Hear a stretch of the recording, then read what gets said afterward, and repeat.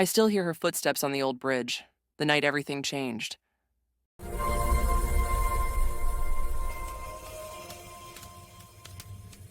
My name's Kay, and I'm just the friend who happened to be there when the whole thing unfolded.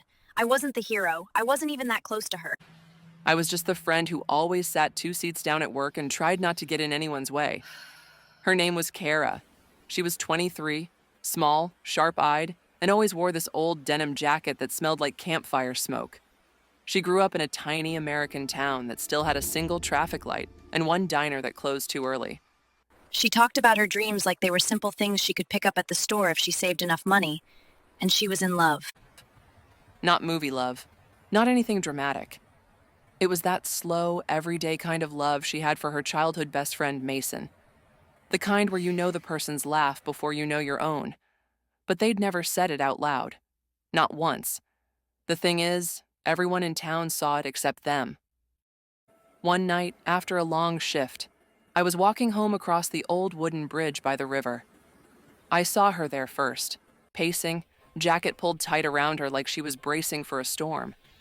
I almost turned back because it looked like something heavy was happening, and I didn't want to intrude. But she called out, Kay, can you stay close?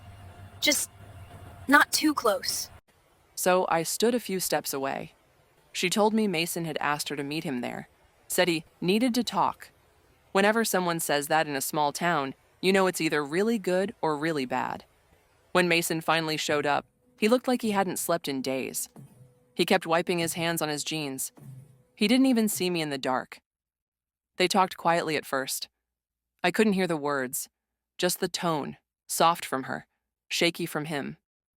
Then the words got sharper. Not yelling, just honest. Raw. I heard her say, Why didn't you tell me sooner? Then him. I thought I'd lose you. Turns out he was leaving town for a job that paid real money. He said he loved her, had loved her forever, but he didn't want to ask her to wait for him. He didn't want to trap her in that tiny place. So he tried to pull away before it hurt more. But she stood there on that bridge, shaking from the cold, telling him he wasn't pulling away. He was running. I watched the whole thing, just me, pretending to look at the water while their lives cracked open. Then she said the line I will never forget. If you want to go, go. But don't tell me it's for my good. She wasn't crying. He was. They ended up sitting on the bridge floor like two kids again. Didn't kiss. Didn't promise forever. They just held hands and let the truth sit between them. He still left a month later, and she didn't follow. But when people ask me if it was some tragic story, I tell them no. It was love. Just the real kind. Messy, unsure, and brave in its own way. I think about that night sometimes. About her footsteps on the wooden boards. About two people finally saying the words that had lived in them for years.